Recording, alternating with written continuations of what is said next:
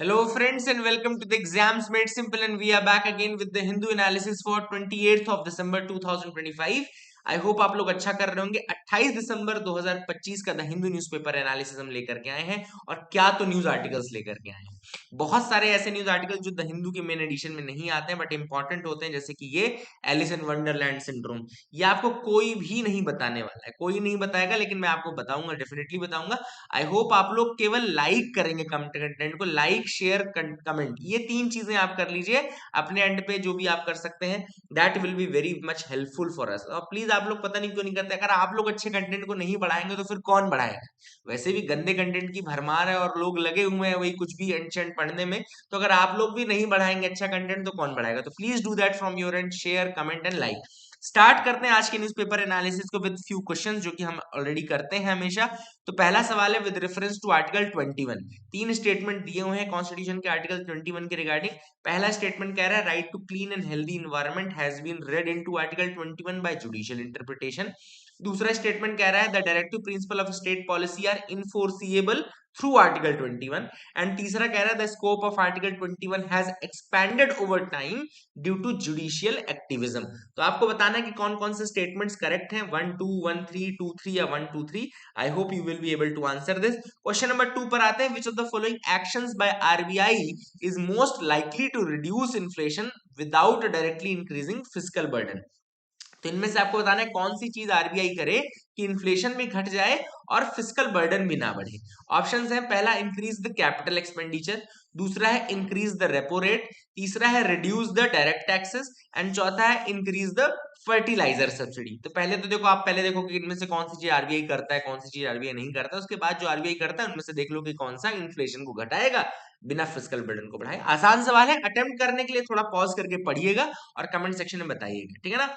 Start करते हैं आज की न्यूज एनालिसिस को। पहली न्यूज जो फ्रंट पेज की हम डिस्कस करेंगे वो है थाईलैंड और कंबोडिया के बीच की लड़ाई झगड़ा। आप सबको पता है, मैंने भी दो तीन जब कुछ दिन पहले एनालिसिस किया था तो मैंने आपको एक टेंपल के बारे में बताया था जिसका नाम था प्री विहार टेंपल, PREAH, प्री विहार टेंपल। तो प्री विहार टेंपल को लेकर के फाइटिंग चल रही थी। तो एक्चुअली में दोनों कंट्रीज यानी थाईलैंड और कंबोडिया के बीच में जो पूरा डिस्प्यूट है वो टेरिटोरियल डिस्प्यूट ही है, टेरिटोरियल क्लेम ही है। एक दूसरी कंट्रीज के कुछ जगहों पे वो कहते हैं कि ये हमारा है, ये हमारा है, ठीक है। इसमें कुछ जो जगह है वो मैं आपको बता देता हूँ, जैसे कि देखो, जो मेन इसका कंफ्लिक्ट का ओरिजिन है वो है long standing territorial dispute, mainly over the ancient Hindu temples, जो उसके हिंदू टेम्पल्स हैं एंशियंट, वहां से। Actually the roots of the problem go back to the earlier 20th century, 20वीं शताब्दी में जब फ्रांस कॉलोनियल पावर था कंबोडिया में, तो उसने एक मैप बना दिया 1907 में, जो कि जिसने की डिस्प्यूट खड़ा किया, ठीक है ना। और मेनली इसमें प्री विहार टेम्पल, जो कि कंबोडियन टेरिटरी के अंदर फ्रांस ने कर दिया, वहां से फिर ये डिस्प्यूट शुरू होता है, ठीक है ना। तो याद रखिएगा, pre Vihar temple is the centre of this. देखो लिखा है pre Vihar temple, and it is a dedicated Lord Shiva temple, जो कि आपका दांग्रेक माउंटेन्स पे है, यूनेस्को वर्ल्ड हेरिटेज साइट है। एंड जो पूरा पूरा डिस्प्यूट है वो 1907 के मैप पे है, जो कि फ्रांस ने बनाया था। तो आई होप आपको कुछ डिटेल में समझ में आ गया होगा ये क्या इशू है दोनों कंट्रीज का। आप लोग एक काम और करिएगा कि एक बार थाईलैंड कंबोडिया का मैप भी देख लीजिएगा। वैसे ये मैप मैंने खोला हुआ है, जिससे दिख रहा होगा थाईलैंड ये है, कंबोडिया ये है। प्रसत्ताम्यून थॉम टेम्पल और प्रसत प्री प्रसत प्री विहार टेम्पल, ये दोनों टेम्पल ये देखो बिल्कुल बॉर्डर में है। थाईलैंड इधर है, बैंकॉक और यहाँ पे कंबोडिया और पनोम पेन इसकी कैपिटल है। तो I hope you got clarity, दोनों ही के दोनों साउथ ईस्ट एशियन कंट्रीज हैं।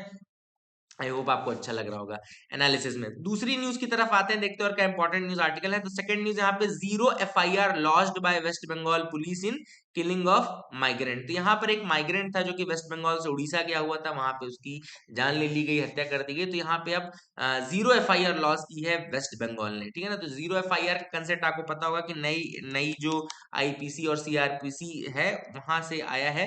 एंड जीरो FIR ये कहता है कि आप बेसिकली अगर आप अपनी उस जगह पे नहीं भी हो जहां पे केस हुआ है, तो भी आपकी बेसिकली FIR की जाएगी। देखो, लिखा है ना, zero FIR is an FIR that can be registered by any police station irrespective of the jurisdiction where it receives a complaint regarding a cognizable offence. अगर कोई कॉग्निजेबल ऑफेंस हुआ है तो कोई भी पुलिस स्टेशन हो, इरिस्पेक्टिव की वो थाना है कि नहीं है जिस थाने में असली गतिविधि हुई है, तो इरिस्पेक्टिव ऑफ दैट आप उसको वहां पर FIR लॉन्च करा सकते हो। इसको बोलते हैं जीरो FIR, है ना। जीरो FIR में कोई भी मतलब टेरिटोरियल ज्यूरिसडिक्शन का इशू नहीं आता है, जो नॉर्मली पुलिस वालों के केस में रहता है। आपने देखा होगा, बोलेंगे कि भाई हमारे ज्यूरिसडिक्शन में नहीं है, हमारा प्रभार क्षेत्र का थाना नहीं है, ऐसा कुछ भी।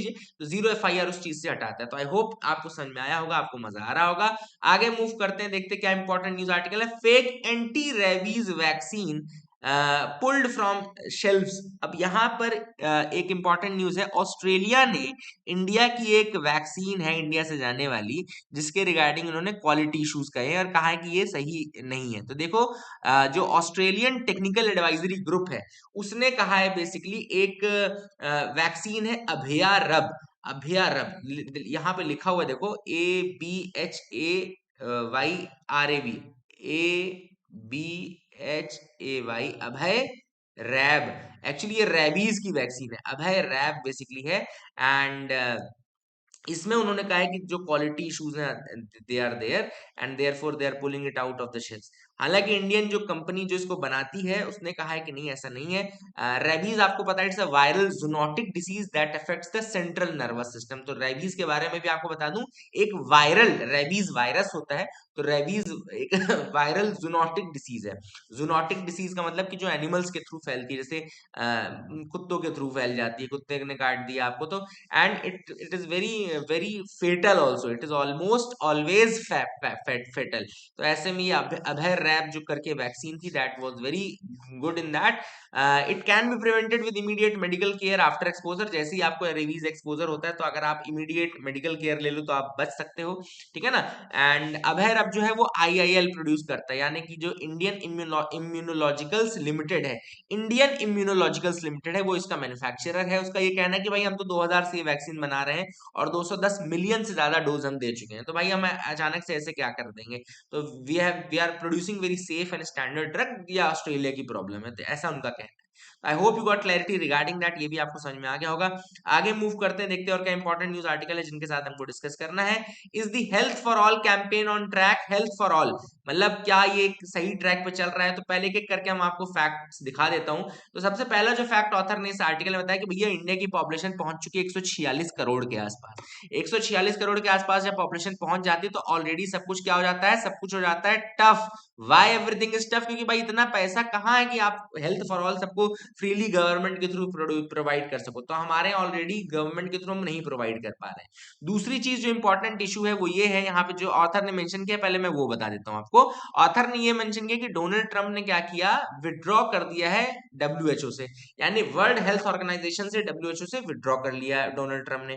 अब क्या होता है कि यूएसए बहुत फंड प्रोवाइड करता है, और उनमें से एक फंड है पेपफार करके, उसका बेनिफिशियरी इंडिया भी है। पेपफार मतलब कि जो president emergency plan for AIDS relief है ना, president's emergency plan for AIDS relief, उसका फंड इंडिया को भी आता है, जिसके कारण इंडिया में भी जो HIV एड्स के लड़ने की जो स्पीड थी वो थोड़ा घट गई है, because of that, because USA ने वो फंड पूरा हटा लिया है, ठीक है ना। तो that is the issue. Then इसके अलावा ऑथर ने बोला कि भाई और प्रेसिंग कंसर्न्स भी है इंडिया में, जैसे कि अगर आपने देखा होगा बीच में भी मध्य प्रदेश में 25 बच्चों की जान चली गई थी because of taking that consuming that prescription cough syrup. वो कफ सिरप जो उन्होंने कोल्ड ड्रिफ्ट नाम का किया था, उसके बाद 25 बच्चों की जान गई थी। That is a huge number, and एक तरह से मेडिकल इमरजेंसी को शोकेस करता है। And there is chronic inadequacy in funding also, है ना। इंडियन गवर्नमेंट की जो फंडिंग है in the health sector, that is also very less, है ना। When we compare that with the developed countries, और when we compare that with China, America, Russia, these countries, we will see that we have very less funding also, है ना। और India में बहुत ज्यादा जो है मॉर्बिडिटी केसेस, यानी कि बीमारी के बाद जान जाने के केसेस बहुत ज्यादा है। इसके अलावा एयर क्वालिटी इश्यूज बहुत ज्यादा है, स्पेशली दिल्ली वाले रीजन में। तो all these things are the issues जो कि इंडिया में पूरी तरीके से कहना चाहिए हेल्थ को अच्छा नहीं होने दे रहे हैं। देन इसके अलावा हमने ऑलरेडी ट्यूबरकुलोसिस की टाइमलाइन मिस कर दी है, 2025 तक हमको एलिमिनेट करना था, फिर हमने 2025 से बढ़ा करके इसको बोला भैया 2027 तक करेंगे, है ना। All these things are there जो कि हम अलग अलग टाइमलाइंस बढ़ाते जा रहे हैं, जब we are just increasing the timeline. तो I hope you got clarity regarding that as well, ये भी आपको समझ में आ गया होगा। आगे मूव करते हैं, देखते हैं और क्या इंपॉर्टेंट न्यूज आर्टिकल है। How India has managed to weave RCEP minus China. अब देखो आरसीईपी का कंसेप्ट जो है regional connectivity economic, regional comprehensive economic partnership, याद रखिएगा ये कंसेप्ट आया था 2019 के आसपास ये कंसेप्ट आया था, और इंडिया उस समय पहले तो मेंबर बनने के लिए बोला, बट उसने बाद में बोल दिया कि हम मेंबर नहीं बन पाएंगे, है ना। 2019 में ही आरसीपी जब फाइनल हो रहा था एग्रीमेंट में, तो प्राइम मिनिस्टर नरेंद्र मोदी ने अनाउंस किया था कि हम नहीं बनेंगे एफटीए। ये इसमें आरसीपी में क्या है कि जो आरसीपी के मेंबर्स कंट्रीज थे ना, जो इसमें मेंबर्स थे, उनके साथ सबके साथ फ्री ट्रेड एग्रीमेंट करना था, बट उसके टर्म्स थोड़ा अलग थे। अब देखो यहाँ पे इंडिया ने क्या अच्छा किया, ऑथर ने बताया कि इंडिया ने क्या किया कि आरसीपी के जितने भी मेंबर्स हैं सबके साथ बायलेटरल एफटीएस कर लिए हैं। बायलेटरल एफटीए मतलब एक कंट्री बाय कंट्री बेसिस पे, आरसीपी पूरे ग्रुपिंग के साथ होता, बट यहां पे उन्होंने कंट्री बाय कंट्री बेसिस पे एक एफटीए किया, जिसके कारण उन्होंने अपने प्राइवेट जो मैटर्स थे, जो उनके कुछ ऐसी इंडस्ट्रीज थी जो बहुत कहना चाहिए इंपॉर्टेंट क्रिटिकल इंडस्ट्रीज है, उनको प्रोटेक्ट भी कर लिया और अपने एफटीए भी साइन कर ली, केवल चाइना को छोड़ा। इसीलिए उन्होंने बोला कि India is already weaved out a RCEP minus China, हमने RCEP minus China weave out कर लिया है, तो that is the good thing. अब आरसीईपी के मैं आपको मेंबर कंट्रीज बताऊंगा, इंपॉर्टेंट है, याद रखिएगा ये मेंबर कंट्रीज। पहले तो 10 आप याद रखिएगा आसियान के मेंबर्स हैं, Association of South East Asian Nations, जो 10 मेंबर हैं, इसमें Brunei Darussalam, Cambodia, Indonesia, Laos, Malaysia, Myanmar, Philippines, Singapore, Thailand, Vietnam, ये 10 कंट्रीज आपको एज इट इज याद रखनी है। देन ऑस्ट्रेलिया 11वीं, चाइना 12वीं, जापान 13वीं, साउथ कोरिया 14वीं एंड न्यूजीलैंड 15वीं। तो ये 15 कंट्रीज हैं। इंडिया और मिल जाता तो 16 हो जाते, लेकिन इंडिया नहीं मिला तो फिर 15 कंट्री रहेंगे। अब इंडिया ने ऑलरेडी इन 14 कंट्रीज के साथ एफटीए साइन किया, जिसमें भी न्यूजीलैंड रिसेंट है, बट अभी न्यूजीलैंड का फोर्स में नहीं आया, बट साइन हो गया है।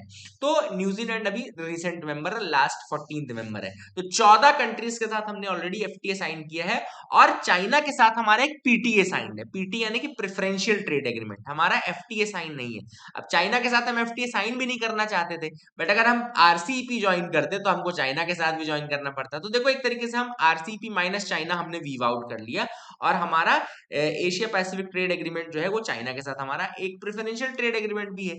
तो all these things are there in the news article. I hope you got clarity, I hope आपको समझ में आ गया होगा। अच्छी न्यूज आर्टिकल्स थे ये जो हमने डिस्कस किए एक एक करके। अब मैं आपको थोड़ा सा वो न्यूज आर्टिकल बताऊंगा जो पूरे पेपर में आपको देखने को नहीं मिले हैं। बहुत अच्छे न्यूज आर्टिकल्स हैं। जो हम बात करेंगे, पहली है एलिस इन वंडरलैंड सिंड्रोम। ये नोट्स है जो मैंने बनाए हैं एलिस इन वंडरलैंड सिंड्रोम की। तो एलिस इन वंडरलैंड सिंड्रोम एक रेयर न्यूरोलॉजिकल कंडीशन होती है, याद रखिएगा, it's a rare neurological condition causing temporary distortions in perception of size, distance, body image and time. एक ऐसी न्यूरोलॉजिकल कंडीशन जो कि टेम्पररी डिस्ट्रैक्शन क्रिएट करती है, डिस्टॉर्शन क्रिएट करती है, और आप चीजों की साइज, उनका डिस्टेंस, उनकी इमेज और उनका और बेसिकली टाइम, ये सब सही तरीके से परसीव नहीं कर पाते। इसको जॉन टॉड सिंड्रोम भी कहा जाता है, क्योंकि इसको ब्रिटिश साइकियाट्रिस्ट जॉन टॉड ने 1955 में डिस्क्राइब किया था formally. I hope you got clarity regarding that as well. And ये कुछ मिनट से लेकर के कुछ घंटों तक हो सकता है, कई बार ऐसा भी ट्रांजिएंट फेज में भी रहता है, इसलिए इसको हम बोलते हैं एलिस इन वंडरलैंड सिंड्रोम। और आप कई बार विजुअल डिस्टॉर्शंस भी देखते हैं, और कई बार टेम्पोरल, जो टाइम के परसेप्शन है, जैसे आपको लगेगा रात हो गई क्या, रात हो गई क्या, अरे दिन हो गया क्या, ऐसा लगने लगेगा, तो ये भी होता है, ठीक है ना। तो ये आप देख सकते हैं कि किस तरीके से होता है। इसके प्राइमरी कॉज जो है basically underlying condition, not a disease, not a disease itself, but it's a underlying condition. Common trigger इसका जो है बेसिकली एक वायरस भी है, जिसको कि जो मोनोन्यूक्लियोसिस क्रिएट करता है, एप्स्टीन बार वायरस बोलते हैं इसको, ठीक है। That is the thing which increases it. And infections are most frequent cause in young patient, जो यंग पेशेंट उनमें इन्फेक्शन कोई दूसरा हो तो फिर ये आपको एलिस इन वंडरलैंड सिंड्रोम हो सकता है। एक और चीज न्यूज में थी, गंडीकोटा कैनियन। गंडीकोटा कैनियन कहां पर है, तो कडप्पा डिस्ट्रिक्ट में लोकेटेड है। आप लोग के लिए छोटा सा सवाल बताइएगा कि कडप्पा डिस्ट्रिक्ट कौन से स्टेट में आता है, वैसे आपको पता होगा बट प्लीज फिर भी बताइएगा। एंड इंडिया का हिडन ग्रैंड कैनियन आप बोल सकते हैं। अमेरिका में जो ग्रैंड कैनियन है ना, उसका एक तरीके से कहना चाहिए एक राइवल है ये Gandikota canyon, and it is carved by mighty Penna river. जो ये बना है गंडीकोटा कैनियन, वो किससे बना है? पेन्ना रिवर से बना है। काफी इंपॉर्टेंट है और ये काफी हिस्टोरिकली भी इंपॉर्टेंट है ना। इट्स आर्कियोलॉजिकल वेल्थ एक तरीके से, कई हिस्टोरिकल रिकॉर्ड्स है। मैकेंजी कैफियत के मैन्यूस्क्रिप्ट्स भी आपको कर्नल कॉलिन मैकेंजी ने यहाँ पे बनाए थे, एंड बहुत सारी चीजें हैं। रेयर इंस्क्रिप्शन है, आप लोग देखें। एंड गंडीकोटा फोर्ट जो है, it's a 12th century Marvel, जिसको बनाया था पेम्मासनी नायकाज ने। पेम्मासनी नायकाज ने बनाया था यूजिंग रेड ग्रेनाइट। याद रखिएगा, रेड ग्रेनाइट से इन्होंने बनाया था पेम्मासनी नायकाज। 12th सेंचुरी का ये मार्बल है Gandikota fort. I hope you got clarity regarding that as well. और इसके अंदर एक मुख मंडपा भी है, जो गंडीकोटा फोर्ट है उसमें मुख मंडपा भी है, which is an architectural wonder. And आप देख सकते हैं इसको, इसके बारे में कुछ लिखा है कि इसमें कार्विंग्स है, स्कल्पचर्स ऑफ याली। याली क्या है? एक मिथिकल लायन लाइक कैरेक्टर है। आप यहाँ, मैं यहाँ पे वैसे हूं तो आपको नहीं दिख रहा होगा, लेकिन दिख जाएगा, ठीक है ना। तो all this things are there. Gandikota canyon के बारे में मैंने आपको बता दिया। और एक लैंटाना कमारा के बारे में न्यूज आई थी। लैंटाना कमारा बेसिकली एक इन्वेजिव स्पीशीज है। 2000 में इसको आईयूसीएन ने डिक्लेयर किया था, world's worst invasive species declare किया था, ठीक है ना। And it's a weed basically, आप जैसे देख रहे होंगे, इट्स अ वीड, चार्मिंग दिखती है, फ्लावर लाइक बुके में होती है, बट साइलेंटली इन्वेड कर देती है। और इसकी सुपर पावर्स देखो क्या है, केमिकल वॉरफेयर छेड़ देती है। ये ऐसे केमिकल्स रिलीज करती है कि दूसरा वेजिटेशन ग्रो ही नहीं कर पाता। इसके रूट्स बहुत डीप होते हैं, टॉक्सिक इसका डिफेंस सिस्टम होता है, वाटर रिटेंशन बहुत हाई होता है। लेकिन तमिलनाडु में कुछ ट्राइब्स हैं जिन्होंने क्या किया है, इसको इसका एक इकोलॉजिकल मैनेज को एक इकोनॉमिकल अपॉर्चुनिटी में कन्वर्ट कर दिया है। होम डेकोर और एलिफेंट स्कल्पचरिंग में इसका यूज करना शुरू कर दिया है। तो they have turned menace into opportunity. I hope you got clarity, I hope आपको अच्छा लगा होगा। So these are the news articles of the day. I hope आपको मजा आ रहा होगा समझने में, सुनने में। और अगर आपको पसंद आया हो तो please do like, share and subscribe. Keep loving us, keep sharing us. Thank you and have a nice day.